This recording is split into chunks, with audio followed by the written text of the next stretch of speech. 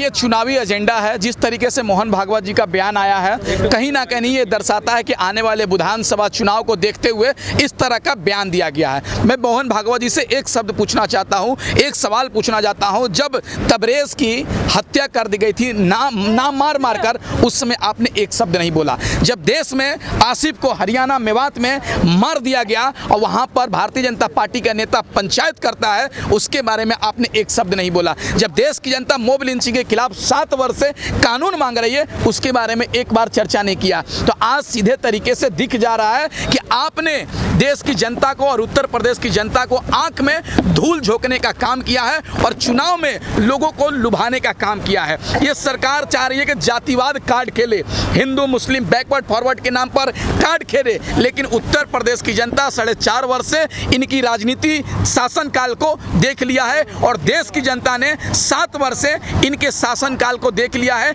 इन बहकावे में ये सरकार नहीं आने वाली है। इन बहकावे में देश की जनता और उत्तर प्रदेश की जनता नहीं आने वाली है। देश की जनता और उत्तर प्रदेश की जनता रोजी रोटी, कपड़ा, मकान, स्वास्थ्य, शिक्षा, बिजली, पानी और किसानों की मांग को लेकर वोट करेगी। जो सरकार देश के आम नागरिकों के बारे में सोचेगा, जो सरकार युवाओं के रोजगार के बारे में सोचेगा, किसानों के बारे में सोचेगा, महंगाई कम करने की बात करेगा, देश की जनता उनको वोट देने का काम करेगी। उत्तर प्रदेश की जनता उनको वोट देने का काम करेगी। विकास के मुद्दे भटक गए हैं, हिंदू मुस्लिम का मुद्दा फिर से लाया जा रहा है यूपी चुनाव को लेकर। देखिए, एक बात बताइए, ये सरकार तो फेलियर रही है। 7 वर्ष से हमारे प्रधानमंत्री मोदी जी फेलियर रहे हैं और उत्तर प्रदेश के मुख्यमंत्री 4.5 वर्ष में फेलियर साबित हुए हैं। तो ये सरकार क्या चाह रही है कि हिंदू मुस्लिम के नाम पर, गाय गोबर के नाम पे लोगों को भटका दे। तो एक बात सुन लीजिए पत्रकार महोदय, ये हिंदू मुस्लिम करेंगे, हम रोजी रोटी की बात करेंगे, ये बैकवर्ड फॉरवर्ड की बात करेंगे, हम कपड़ा मकान की बात करेंगे, ये ऊंच और नीच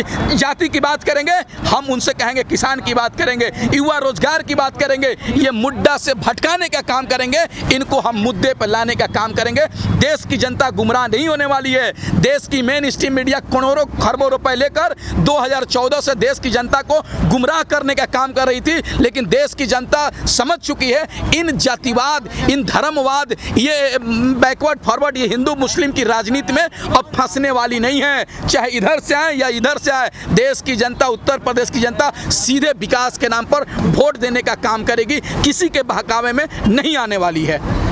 किसानों को कितना असर पड़ेगा यूपी चुनाव में? बिल्कुल, किसान आंदोलन भारतीय जनता पार्टी के लिए कब्र है। जिस तरीके से किसानों ने बंगाल में जाकर कब्र खोदा, उसमें भारतीय जनता पार्टी को दफनाने का काम किया है। अगर इसी तरीके से किसान आंदोलन जारी रहा तो उत्तर प्रदेश के बॉर्डर का किसान उत्तर प्रदेश के तमाम जिलों में जाएगा, पंजाब के तमाम जिलों में जाने का काम करेगा, उत्तराखंड, मणिपुर, गोवा के तमाम जिलों में जाने का काम करेगा और भारतीय जनता पार्टी के खिलाफ प्रचार करने का काम करेगा और भारतीय जनता पार्टी के खिलाफ वोट देने का प्रचार करेगा और जनता से कहेगा, सोना दिया सोनार को पायल बना दिया, लोहा दिया लोहार को हथौड़ा बना दिया, वोट दिया मोदी जी को हाथ में कटोरा थमा दिया। यही तो चुनाव में जाकर कहेंगे कि हम 7 महीने से सड़क पर संघर्ष कर रहे हैं, लेकिन हमको सुनने को कोई तैयार नहीं है। देश का युवा लगातार मोदी जी से कह रहा है, रोजी दो, नौकरी दो, लेकिन ये सरकार सुनने को तैयार नहीं है। देश की महिलाएं कह रही हैं कि हमारी अजमत को लूटा जा रहा है,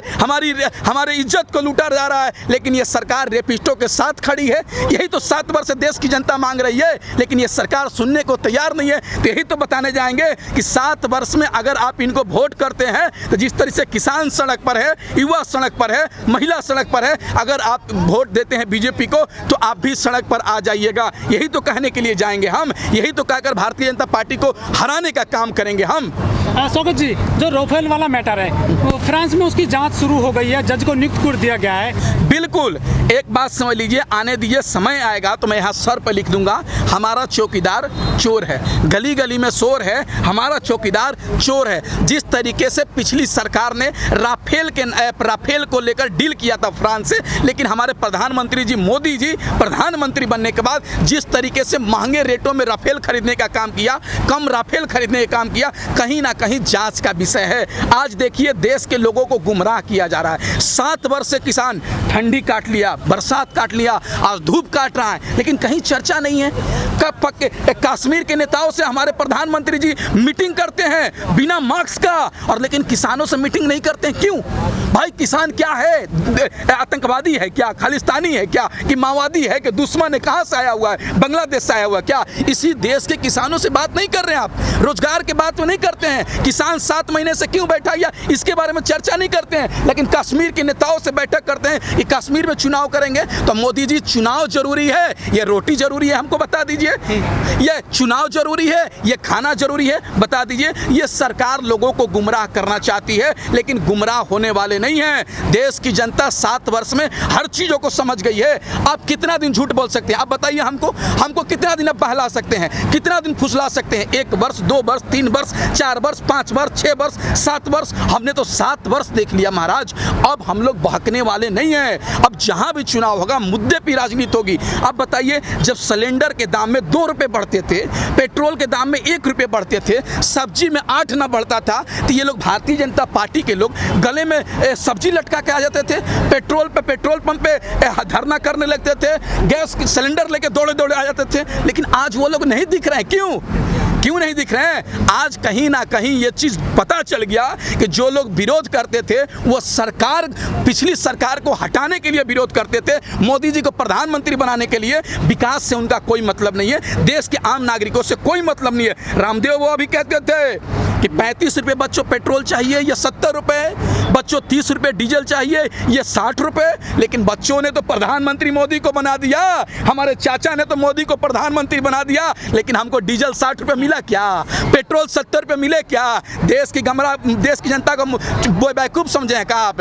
देश की जनता समझ गई है, इस बात को मान लीजिए आप। देश की जनता मूर्ख बनने वाला नहीं है। मोदी जी के बाप के ही देश ना है कि जौन मर्जी तौन करिहन, किसान के रोड पर ला देबो, युवा के सड़क पर ला देबो, कहा तो देनी। देश की जनता गुमराह होने वाली नहीं है। अब ये सरकार को उखाड़ फेंक दिया जाएगा, संसद भी किसान जाएगा। जिस तरीके से किसान और देश की जनता जागरूक हो चुकी है, अब इनके गुमराह होने वाली नहीं है। शौकत जी, राहुल गांधी ने एक ट्वीट किया है, उसमें एक फोटो लगाई है चोर की दाढ़ी में तिनका, कि किस तरफ इशारा करता है ये राफेल डील को लेकर?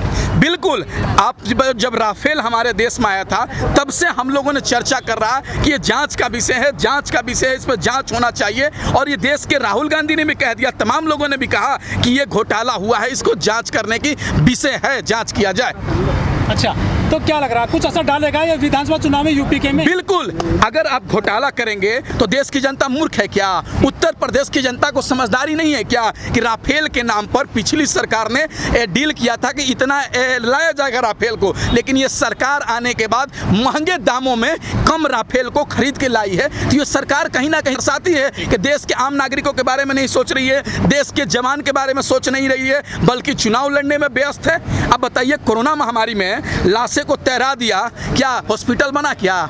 जो लोग ऑक्सीजन के अभाव में मर गए, दवा के अभाव में मर गए, वेंटिलेटर के अभाव में मर गए, उनको गंगा नदी में बिना अंतिम संस्कार किए फेंक दिया। क्या तीसरी देश में लहर आ जाएगी कोरोना तो कहाँ भर्ती कराओगे? तुमने नया हॉस्पिटल बनाने का काम किया, नया वेंटिलेटर बनाने का काम किया, नया ऑक्सीजन प्लांट बनाने का काम किया? नहीं, कोरोना खत्म, चुनाव मस्त है, मोदी जी चुनाव में मस्त। हाँ शौकत जी, जैसे जैसे नजदीक आ रहे हैं उत्तर प्रदेश के चुनाव, छापे पड़ने शुरू हो गए हैं उत्तर प्रदेश में। देखिए, एक बात समझ लीजिए, ये जो सरकार है, सत्ता में बैठे लोग हैं, चाहे लखनऊ की बात कर ले या दिल्ली की बात कर ले, ये लोग बदला की भावना से राजनीति करने वाले हैं कि अगर चुनाव आ गया अब क्या करेंगे? सीबीआई, ईडी, तमाम सरकारी यंत्र के माध्यम से विपक्षी पार्टी के नेताओं को परेशान करने का काम करेंगे, उनको बदनाम करने का काम करेंगे। एक बात बताइए, 4.5 वर्ष से जांच क्यों नहीं किया गया? आज चुनाव का समय है तो आज जांच किया गया। आज कौन सा नशा पीते हैं योगी जी? कौन सा नशा करके आप 4.5 साल तक सोए हुए थे, चुनाव आया तो जग गए? मतलब ये दर्शाता है कि बदले की भावनाएं से राजनीति किया जा रही है। एक बात बताइए, मैं किसी गुंडे मवाली किसी का समर्थन नहीं करता हूँ, छोड़ दीजिए, लेकिन जौहर यूनिवर्सिटी बनाया गया, सपा के नेता ने बनाया, आजम खान ने। अब बताइए, उसमें जिनके मम्मी पापा नहीं है, मर गए हैं, उनको फ्री में पढ़ाया जाता है, गरीब के बच्चों को कम पैसे में पढ़ाया जाता है, लेकिन क्या हुआ? उसके जुल्म में उसको जेल में डाल दिया गया, यूनिवर्सिटीज़ को तोड़ी गई। अरे भाई, आपने तो नया यूनिवर्सिटी बनाया नहीं, और जो बनाया उसको तोड़ दिए। अब बताइए, एम्स के नाम पर कितना प्रचार ने योगी जी ने किए कि मैंने उत्तर प्रदेश में इतने एम्स बना दिए। क्या एम्स में इलाज हो रहा है गरीबों का? एम्स बनकर चालू हुआ नहीं, केवल बैनर में एम्स दिख गया। आप दिल्ली के सड़कों पर जाइए, उत्तर प्रदेश के सड़कों पर जाइए, प्रधानमंत्री जी मिल जाएंगे ऐसे दाढ़ी बढ़ाकर, कहेंगे वैक्सीन लिया क्या आपने, और वैक्सीन सेंटर पर जाइएगा तो वैक्सीन खत्म हो गया, बोलेगा कि आप 45 साल से कम उम्र के हैं, अब वैक्सीन नहीं दे सकते हैं। बताइए, इस तरह से गुमराह। अगर हम वैक्सीन लेने जाते हैं तो लिखा रहता है 45 वर्ष से ज़्यादा उम्र के लोगों को वैक्सीन दिया जाएगा, और प्रधानमंत्री प्रचार कर रहे हैं कि वैक्सीन लिया क्या आपने। अरे भाई, तुम तो वैक्सीन दे नहीं रहे हो, केवल प्रचार कर रहे हो। यह सिद्ध हो चुका है कि यह सरकार केवल प्रचार तंत्र पर टिकी हुई है, बैनर पर टिकी हुई है, टीवी पे टिकी हुई है, जमीन पर यह सरकार नहीं है। दुर्भाग्य तो तब हो गया जब सुप्रीम कोर्ट ने कहा कि कोरोना महामारी से मरने वाले हर व्यक्ति के परिजन को 4 लाख रुपया मुआवजा दिया जाएगा, लेकिन हमारे प्रधानमंत्री और भारतीय जनता पार्टी के नेता नरेंद्र मोदी जी 187 पेज का पीआईएल दायर करते हैं और कहते हैं कि जो लोग कोरोना महामारी से मरे हैं उनको 4 लाख रुपया नहीं मिलेगा। बताइए, करोड़ों रुपए खर्च है प्रचार करने के लिए, लेकिन गरीबों को देने के लिए नहीं है। करोड़ों अरब खर्च है बैनर लगाने के लिए, टीवी में प्रचार करने के लिए, लेकिन देश के किसानों के लिए देने के लिए नहीं है, गरीबों को देने के लिए नहीं है। ये सरकार समझ में आती है कि ये सरकार किसान विरोधी है, युवा विरोधी है, देश के आम नागरिक विरोधी है। जो सरकार देश के आम नागरिकों के बारे में काम नहीं करेगी, वो सरकार हमारे देश में, हमारे राज्य में शासन नहीं करेगी। ये सरकार को हम भगाना चाहेंगे, वोट नहीं।